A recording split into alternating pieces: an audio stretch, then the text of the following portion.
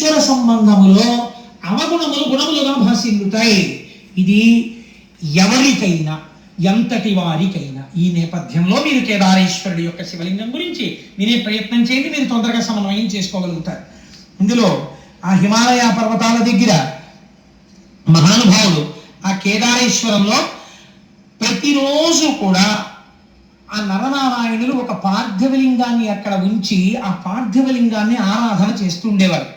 వాళ్ళు చేస్తున్నది పార్థివలింగానికి. పార్థివలింగం అంటే ఇంత మట్టితో చేసిన శివలింగం.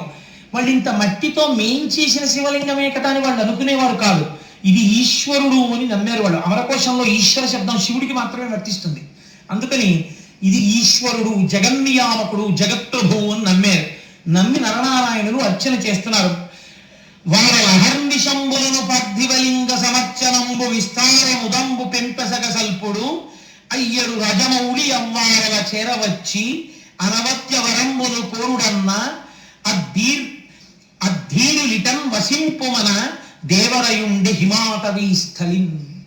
ఆ శివలింగంలోంచి పరమశివుడు ఆవిర్భవించి, మీరు చేసినటువంటి పూజకి నేను ఎంతో పొంగిపోయానయ్యా, ఇంత చల్లటి ప్రాంతంలో ఇంత తపస్సులో పార్థివలింగానికి ఇంత అర్చన చేశారు, మీకేం కావాలి కోరుకోమని అడిగారు. అడిగితే స్వామి ఇక్కడే ఈ బదరీ క్షేత్రానికి ఆవలి వైపు హిమాలయ పర్వతాల యొక్క శృంగాల మీద నీవు స్వయంభూమూర్తివై లింగమూర్తివై వెలిసి లోకమును కాపాడు అని అడిగారు. ఎక్కడ హిమాలయ పర్వతాలు కొన్ని వేల అడుగుల ఎత్తు సముద్రం తల్లి నుంచి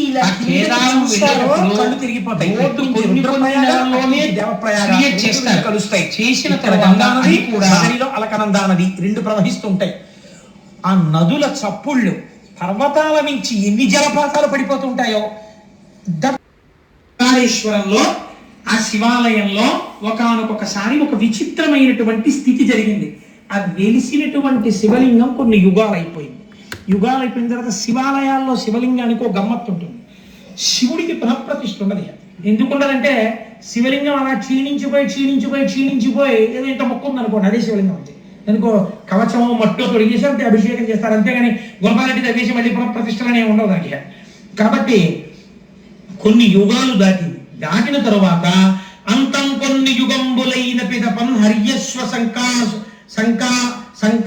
సంకాశుక కుంతీ పుత్రకులల్ల లింగమును బల్కూర్మిన్ సమీపింప ఆద్యంతాతీతుడు శంభుడొక్క మహిషంపై పారుటన్ గాంచి ఎక్కంతేయుల్ కడుభక్తిమై నుడిసి లాగన్ చిక్కెం పుచ్చం. పాండవులు అందరూ 5గురు కలిసి కేదారేశ్వర లింగ దర్శనానికి వెళ్ళారు. వెళ్ళి ఆ నదుల చప్పుళ్ళు పర్వతాల నుంచి ఎన్ని జలపాతాలు పడిపోతుంటాయో దర్దర్ వచ్చేసి జలపాతం వెళ్ళిపోతుంటుంది. నడిచి ఎవ్వరూ వెళ్ళరు. ఎక్కడో బాగా తెలుసున్న వాళ్ళు వెళుతుంటారేమో. పాండవులు అందరూ 5గురు కలిసి కేదారేశ్వర లింగ దర్శనానికి వెళ్ళారు. వెళ్ళి ఆ ఆలయంలోకి వెళ్ళి ఉన్నటువంటి చిన్న శివలింగం, అప్పటికి ఆ చిన్న శివలింగ దర్శనం చేసుకుందామని వెళ్ళారు. ఎక్కడి నుంచి వచ్చాడో పరమాత్మ. ఆ నదుల చప్పుళ్ళు పర్వతాల నుంచి ఎన్ని జలపాతాలు పడిపోతుంటాయో దర్దర్ వచ్చేసి జలపాతం వెళ్ళిపోతుంటుంది. నడిచి ఎవ్వరూ వెళ్ళరు. ఎక్కడో బాగా తెలుసున్న వాళ్ళు వెళుతుంటారేమో. ఇంకా ఉన్న వాళ్ళకి రెండే మార్గాలు. ఒకటి డోలీల్లో వెళ్ళాలి. డోలీల్లో వెళ్ళడానికి నాబోటి గారిని ఎక్కించుకోరు. ఎందుకు అలా అంటే మనం ఏం చెప్తాం? హనుమాచార్యుల వారు అడిగారు, ఏమిటయ్యా ఈ ఉయ్యాలలో కూడా ఏంటి, ఇద్దరు భార్యల్ని చెట్టు రెండు పక్కలా పెట్టుకుని ఈ పిల్లలందరూ వచ్చారా, నువ్వేమో ఉయ్యాల ఎక్కి ఇటు శ్రీదేవిని ఇటు భూదేవిని పెట్టుకుని చక్క ఉయ్యాలు లొగుతుంటావా? పిల్లలు మనవలు మేమందరం నీ బిడ్డలు మేమందరం కూర్చుంటే నువ్వేమిటి ఇద్దరు పిల్లల్ని పెట్టుకుని ఊగడం ఏమిటి అసహ్యంగా? బాగా తెలుసున్న వాళ్ళు వెళుతుంటారేమో. ఇంకా ఉన్న వాళ్ళకి రెండే మార్గాలు. ఒకటి డోలీల్లో వెళ్ళాలి. డోలీల్లో వెళ్ళడానికి నాబోటి గారిని ఎక్కించుకోరు. ఎందుకు ఎక్కించుకోరంటే కుర్చీ చిన్నదిగా ఉంటుంది. నేను డోలీలో వెళ్ళిపోదాం అనుకున్నాను, వాళ్ళు నన్ను చూసి గుర్రం ఎక్కన్నారు. నాకేం భయం లేదు, ఉన్నమాట ఉన్నట్టు చెప్పాను. కాబట్టి ఆ చిన్న కుర్చీలో అసలు పట్టం. కానీ వెళ్ళి తీరవలసిన యాత్ర. ఇన్ని వేల అడుగులు పైకెక్కిన తర్వాత స్వామి దేవాలయం కనబడుతుంటుంది. పరుగున లోపలికి వెడితే లోపల పెద్ద అంతరాలయం. అక్కడ కేదారేశ్వరుడిగా వెలిశాడు మహానుభావుడు. కేదార శివలింగ దర్శనము చేసిన వాడికి మోక్షము కరతలామలకము అని శివమహాపురాణం నిర్ణయం చేసింది. పెద్దలు నిర్ణయం చేశారు. లేదా అలా జరగాలని ఎవరు కోరుకోకూడదు. కేదారం వెడుతున్నప్పుడు పడిపోయినా వాడికి మోక్షము సత్యమే దొరికి తీరుతుంది. అటువంటి కేదారేశ్వరంలో ఆ శివాలయంలో ఒకానొకసారి ఒక విచిత్రమైనటువంటి స్థితి జరిగింది. ఆ వెలిసినటువంటి శివలింగం కొన్ని యుగాలు అయిపోయింది.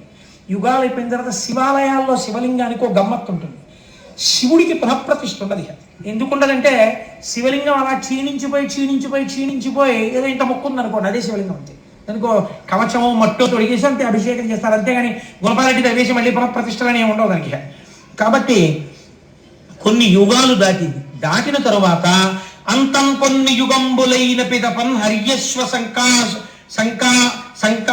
సంకాశుక కుంతీపుత్రకులల్ల లింగమును బల్కూర్మిన్ సమీపింప ఆద్యంతాతీతుడు శంభుడొక్క మహిషంబై పారుటన్ గాంచి కౌంతేయుల్ కడుభక్తిమై నుడిసి లాగన్ చిక్కెం పుచ్చం బటన్. ఈ పాండవులందరూ 5గురు కలిసి కేదారేశ్వర లింగ దర్శనానికి వెళ్ళారు. వెళ్ళి ఆ ఆలయంలోకి వెళ్ళి ఉన్నటువంటి చిన్న శివలింగం, అప్పటికి ఆ చిన్న శివలింగ దర్శనం చేసుకుందామని వెళ్ళారు.